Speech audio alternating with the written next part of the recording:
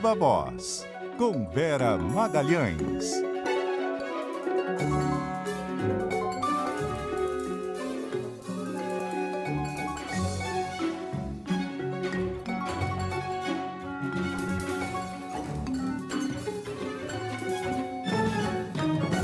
Vera Magalhães, muito boa noite, tudo bem? Oi, boa noite, Débora, Carol, ouvintes, também quem nos assiste. Uma ótima semana para todos nós. Viva a Voz, decolando.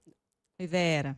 Boa semana para nós. Já vamos para Brasília, porque a Ana Carolina Tomé tem aqui mais informações. O ministro Fernando Haddad falou sobre a proposta de ampliação da faixa de isenção do imposto de renda para R$5.000. Boa noite, Ana. Boa noite, Débora. Boa noite, a Carol e também a Vera. Pois é, o ministro da Fazenda, Fernando Haddad, disse que a isenção do imposto de renda para quem ganha até R$5.000 vai ter impacto de 27 bilhões de reais no orçamento.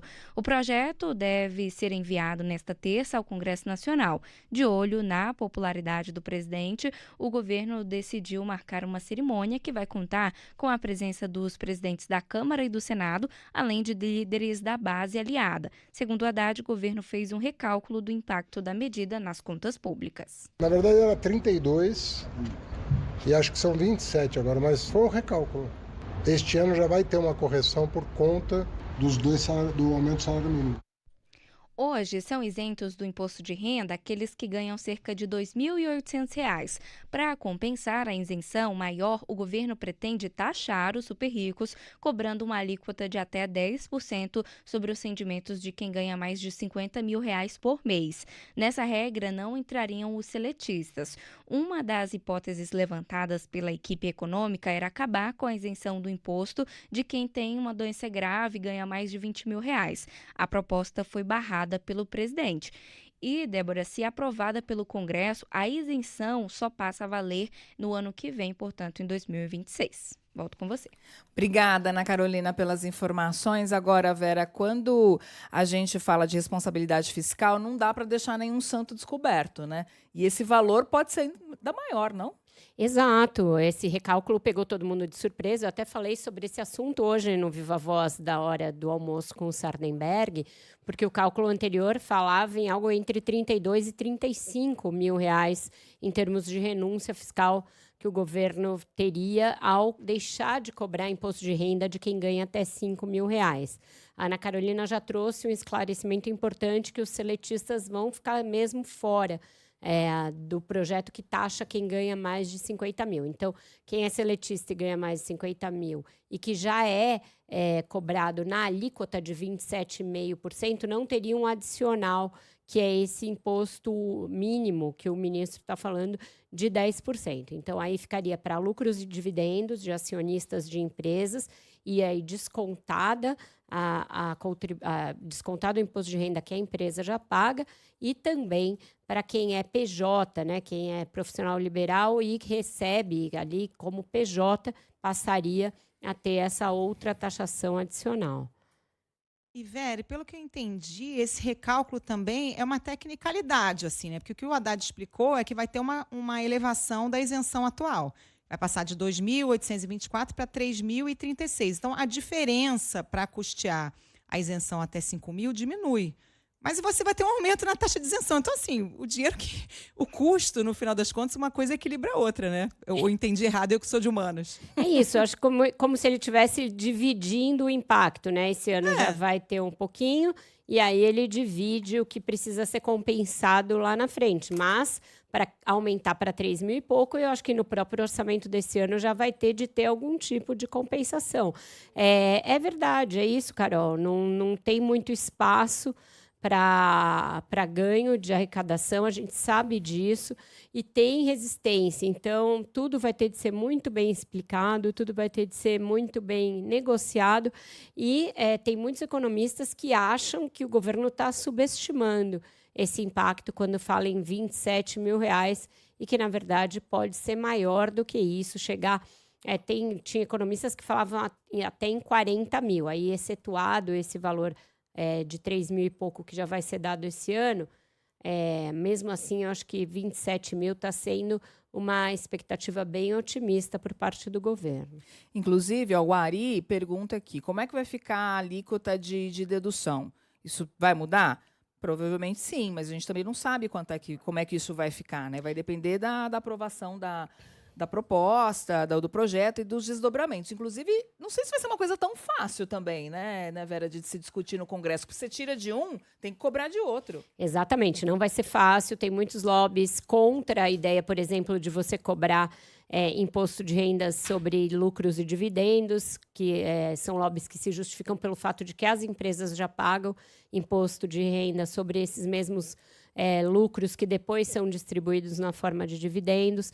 E isso que o Ari nos pergunta, o ministro fez questão de dizer que o presidente mandou manter a tabela ali de descontos e de abatimentos. A gente não sabe se ela vai sofrer alguma alteração nos seus valores, naquilo que é possível você descontar e abater, mas que vai ser mantido. Então, tudo vai ter de ser muito bem explicado amanhã, mesmo porque o projeto foi anunciado lá atrás, em novembro, depois foi recolhido para ser reavaliado, ainda está passando por ajustes.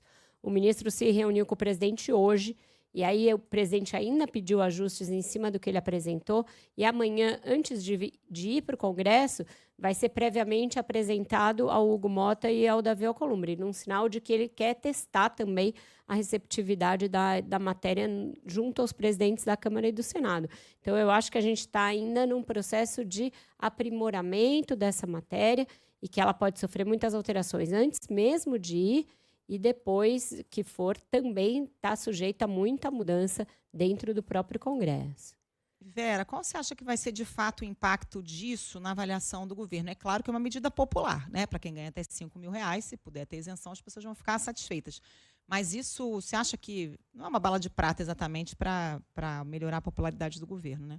Eu acho que não tem bala de prata, Carol, mas fica muito evidente o quanto que isso está mobilizando, né, o governo. Nesse caso, trata-se de uma promessa que o Lula fez e repetiu reiteradas vezes.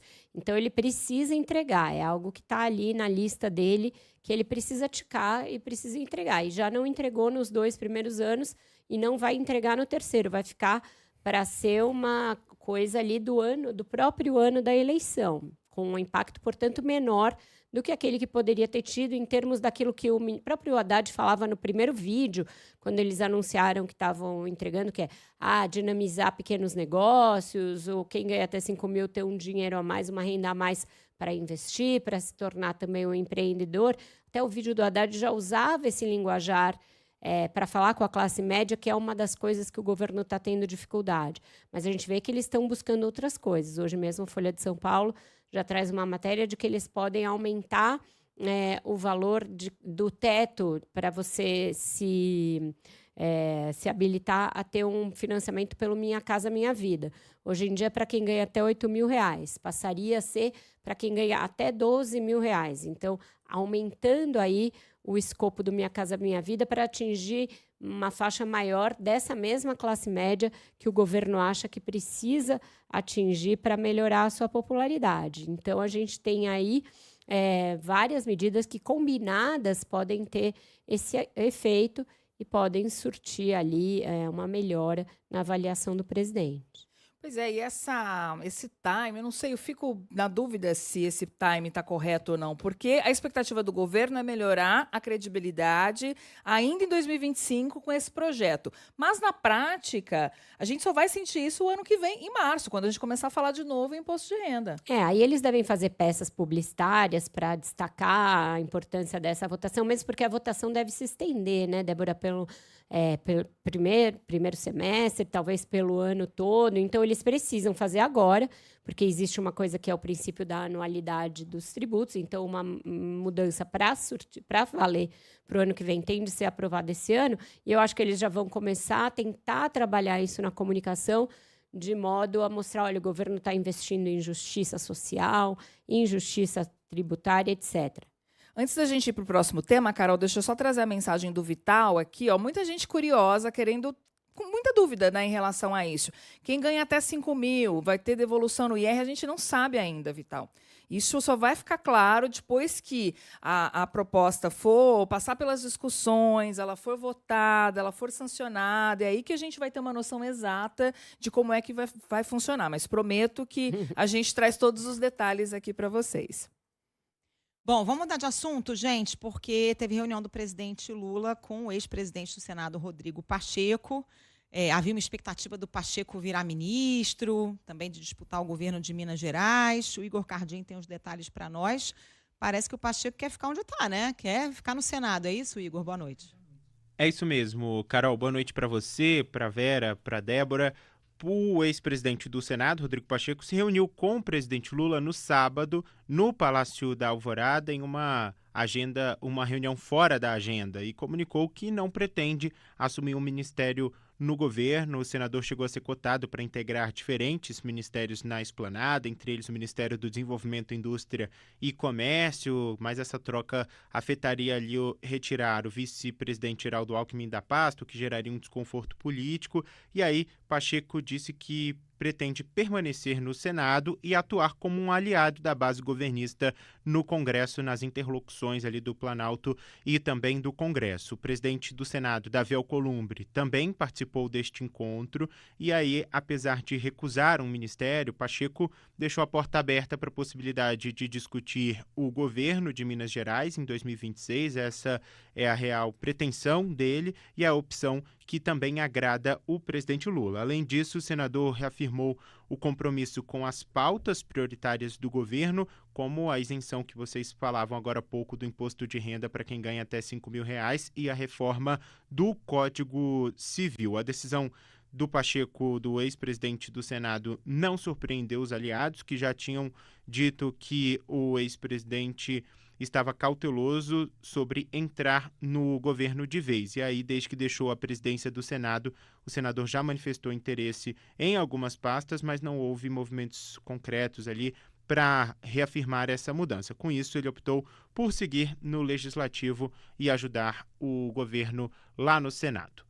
Meninas. Obrigada, Igor. Ô Vera, você acha que esse movimento dele não querer ser ministro tem a ver com a disputa do governo de Minas? O Pacheco não quer ficar carimbado como ministro do governo Lula nessa disputa? Acho que sim, Carol. Embora para ele ser candidato ao governo de Minas, dificilmente ele vai conseguir um espaço que não seja como o candidato do Lula, porque Minas, assim como vários outros estados, estão politicamente bem polarizados, e lá o governador Romeu Zema se reelegeu razoavelmente, com uma razoável tranquilidade, e já tem um pré-candidato posto, que é o vice-governador Matheus Simões. Então, para haver espaço para um candidato de oposição, se imagina que esse candidato vá ser um candidato do governo Lula. Eles já têm uma dificuldade política grande lá em Minas, que é o fato do prefeito da capital, Fouad Noman, nem ter conseguido tomar posse. O vice é quem está ali governando, ele ainda segue internado, tem uma indefinição política em relação a esse grupo, que é o mesmo grupo do Rodrigo Pacheco, o mesmo grupo também do ministro Alexandre Silveira. Então, eles já partem dessa dificuldade do fato de que o presidente Lula hoje não goza de uma boa avaliação lá em Minas. Então, ele vai tentar manter o seu mandato e aí decidir mais para frente, mais perto da eleição, se vai ser candidato ou não. O fato é que, assim como ele não demonstrou interesse em ir para o governo, quem conversa com o Rodrigo Pacheco também não sente um grande apetite por essa candidatura a governo. Então, ele tem aí de se decidir, porque não é simples colocar de pé uma candidatura ao governo de Minas nessas circunstâncias, com o fato de que ele mudou de grupo político ao longo desses últimos anos em que ele é senador. Ele se elegeu como um candidato de oposição ao PT. Ele, inclusive, enfrentou a ex-presidente Dilma Rousseff como candidata ao Senado e a derrotou. E aí, aos poucos, ele foi se desvencilhando do bolsonarismo e se aproximando do presidente Lula. Então, é uma guinada difícil de justificar para o seu eleitor original, e ele está muito tempo longe das urnas, né? Vão ser 8 anos entre um teste das urnas para o Senado e o novo. Então, não se sabe direito como o eleitor mineiro enxerga o ex-presidente do Senado hoje, e ele também está muito afastado de Minas, passou os últimos anos sem ser uma figura muito presente por lá, em atos e em viagens, então vai ter que fazer um caminho de volta para casa para sentir como está a sua avaliação e, com isso, entender se tem chances e viabilidade nessa candidatura dele ao governo. Agora, Vera, isso tem impacto na reforma ministerial? Isso pode demorar mais, porque o Centrão está ali esperando e tem a governabilidade e tem 2026. Exato, Débora. Até agora o presidente mexeu só no PT, né? Tentando arrumar sua própria cozinha. E ele gostaria muito de ter o Rodrigo Pacheco no seu governo, porque Minas é um lugar de preocupação. Então, ele estava focado em começar a reforma dos outros partidos pelo Pacheco, anunciando a entrada do Rodrigo Pacheco no governo e, com isso, dando um start ali para atender os partidos. Como não vai acontecer, como o Pacheco finalmente declinou, de algo que nem era um convite ainda, né, uma sondagem, ele vai ter de refazer o caminho de conversa com os partidos, inclusive com o PSD do próprio Rodrigo Pacheco. A bancada da Câmara do PSD reivindica um espaço maior. Eles não se sentem totalmente contemplados pelo atual ministro da Agricultura, Carlos Fávaro, e aí, então, o Lula deverá começar essa conversa com os partidos. É algo que, sim, leva tempo, que vai demandar muita conversa e que não tem necessariamente uma garantia de que ele vai poder contar com esses partidos lá na frente na sua eleição. Então, é uma reforma que já era a perder de vista e agora vai ganhando até mais tempo. Agora, será que o Pacheco não está de olho ali numa vaga no STF? Ele estava e claramente pretendia isso, não foi contemplado em nenhuma das duas que abriram nesse terceiro mandato do Lula. E aí se fala muito na possibilidade do ministro Barroso, assim que acabar o seu período na presidência, se aposentar prematuramente do Supremo, sair do Supremo e ir para a advocacia, enfim, e fazer outra coisa, deixar a corte. Aí se abriria mais uma vaga. Mas, claramente, seria difícil dar para o Rodrigo Pacheco essa vaga, porque ainda precisa nomear uma mulher, tem muito uma cobrança em cima do Lula, do fato de não ter nomeado uma mulher para o lugar da ministra Rosa Weber, e tem também o fato de que ele precisa contemplar, o PT vai sempre pedir, sempre querer ser o primeiro contemplado com qualquer vaga. Ficaram alguns pelo caminho nas vagas anteriores. Não acho que o Pacheco seja o mais bem posicionado para ir para a corte, não. Gente, vamos falar rapidinho das emendas antes da gente ir para o break. Estamos falando aqui de Supremo. Na semana passada, a Vera já tinha falado sobre isso, né? Já havia expectativa de que o PSOL acionaria o Supremo Tribunal Federal contra aquelas novas regras sobre as emendas parlamentares. Isso aconteceu realmente, o PSOL acionou o Supremo contra essas regras que foram aprovadas semana passada pelo Congresso. O partido destaca o trecho que abre uma brecha sobre a identificação dos autores das emendas coletivas, aquele ponto que a gente também ressaltou aqui na semana passada e que já foi alvo de decisões do Supremo. As regras aprovadas na semana passada estabelecem que as emendas de comissão podem ter indicação individual ou das bancadas, o que abriria caminho para que apenas os líderes fossem os responsáveis pela sinalização dos repasses, sem ali ter uma individualização.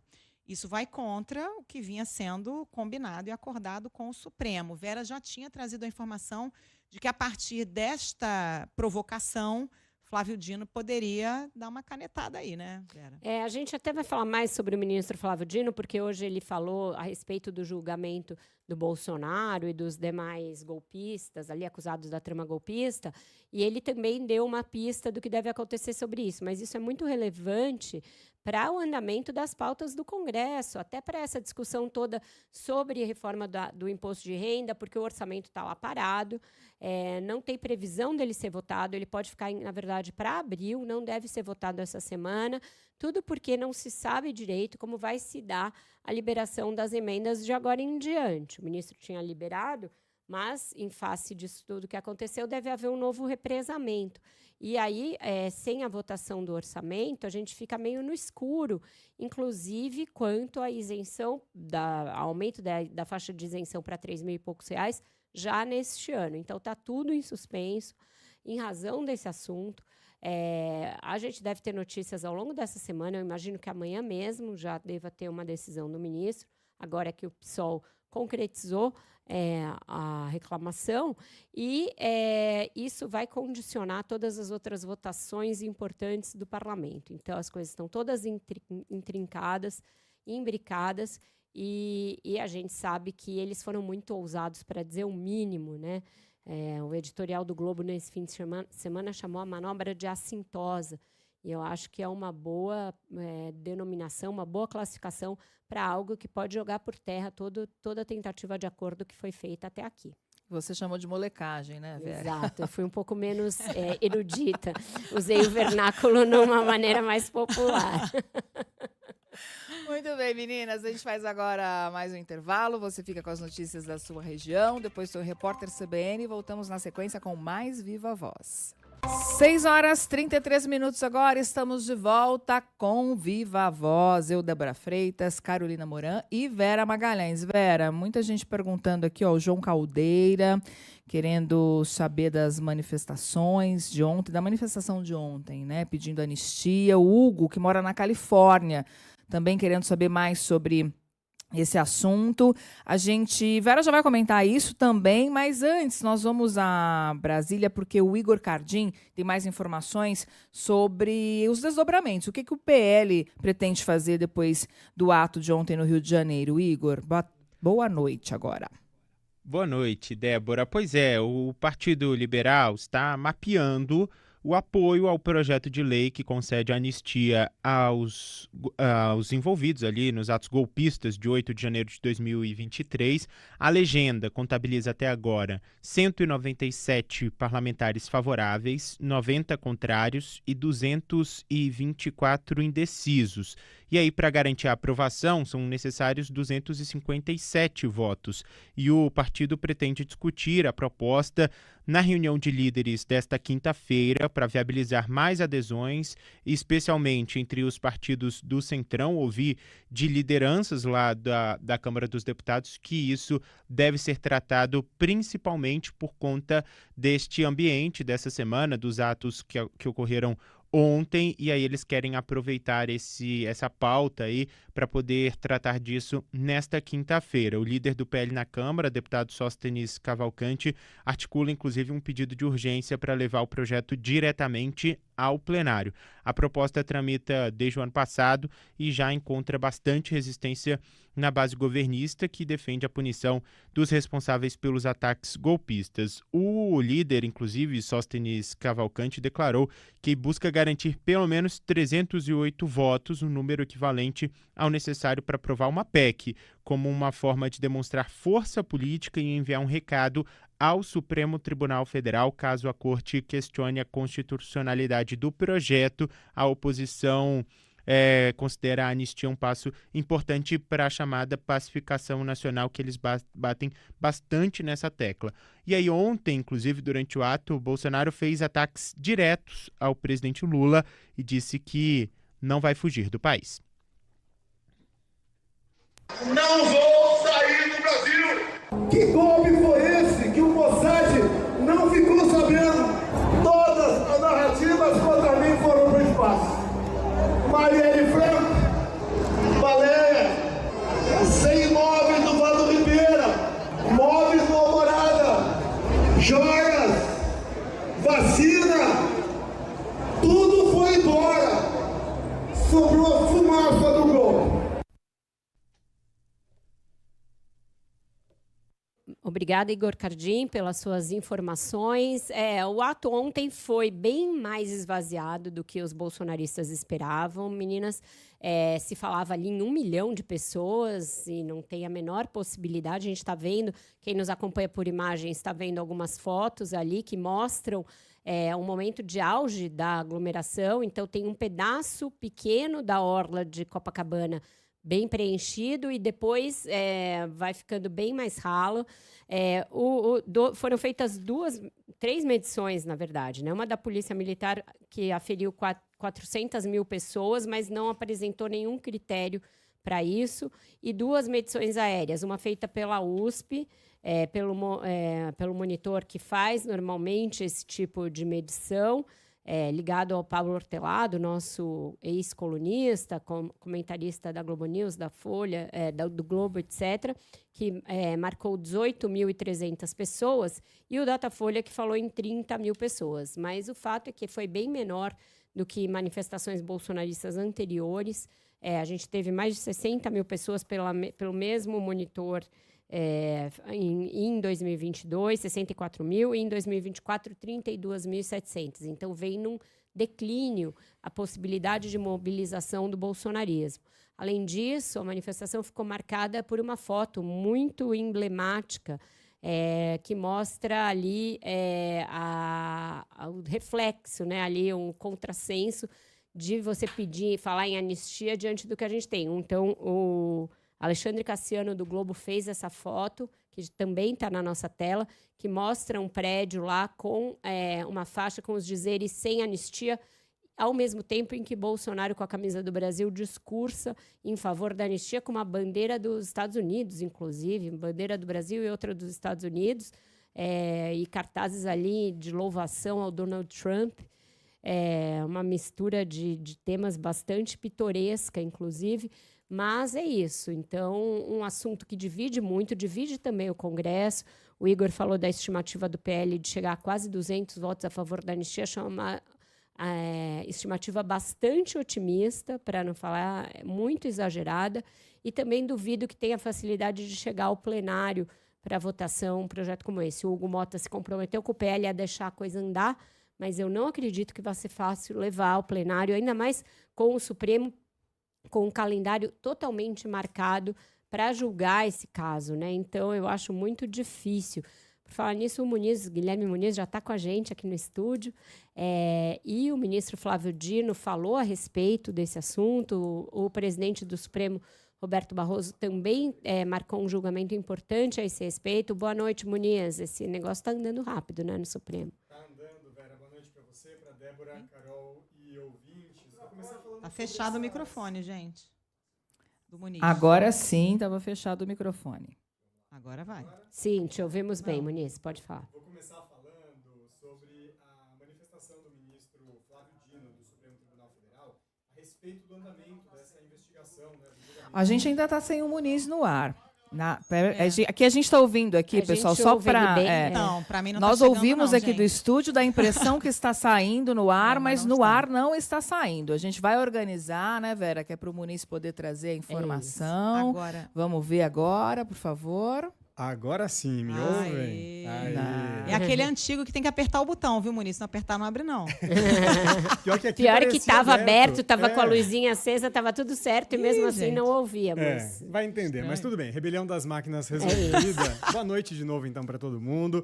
Eu estava explicando sobre a manifestação do ministro Flávio Dino, do Supremo Tribunal Federal.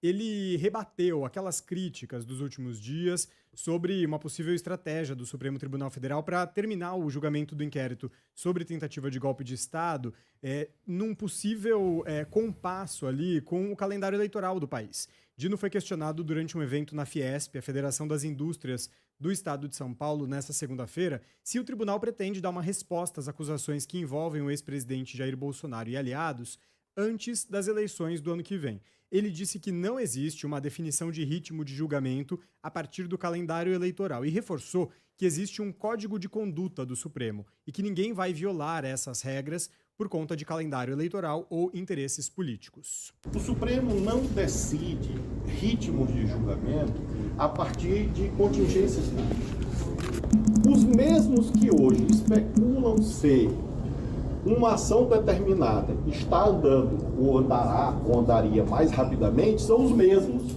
que diziam que os inquéritos que baseavam essas ações sob a relatoria do ministro Alexandre estavam demorando demais. Então, decidam. Ora dizem que o Supremo está demorando demais, ora dizem que o Supremo está demorando de menos.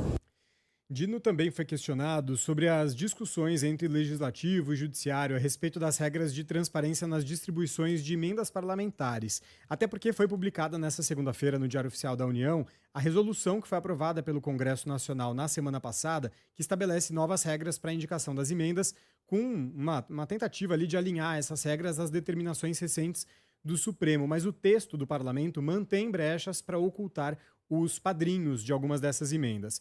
Flávio Dino disse que não cabe ao Supremo decidir para quais cidades ou estados as emendas devem ser destinadas, porque isso é uma competência do governo e do Congresso, mas ele reforçou que o tribunal é sim responsável por garantir transparência e rastreabilidade dos recursos. Ele também destacou que todas as decisões tomadas por ele a respeito das emendas foram depois referendadas por unanimidade no STF e afirmou que a Corte vai voltar a analisar o assunto se for provocada. Então, imaginando que alguém vai chegar e vai dizer, olha, este processo concreto de elaboração do orçamento de 2025 não está adequado ao plano que foi homologado pelo próprio Supremo, apresentado pelo governo e pelo Congresso. É claro que o Supremo vai ter que decidir. Como disse na palestra, o Supremo só não tem uma opção, que é a opção de se acovardar ou de prevaricar. Lembrando, né, Vera, que o pessoal já acionou o Supremo Tribunal Federal pedindo que Dino determine que Câmara e Senado se abstenham de propor, colocar em tramitação ou aprovar quaisquer medidas que descumpram os comandos do STF sobre a transparência das emendas. Então deve, de fato, haver aí alguma manifestação sobre esse assunto em breve. Obrigada, Muniz. É isso, Débora. Ô Vera, tem várias mensagens chegando aqui, Vera e Carol, de ouvintes, questionando a quantidade de gente, quantas pessoas tinham ali. Inclusive, tem um ouvinte que falou que estava lá, deixa eu só achar aqui o nome dele, e segundo ele, tinham pelo menos 100 mil pessoas, segundo a conta dele. Agora, a Carol até alertou sobre uma apuração que o Otávio Guedes fez, né, Carol?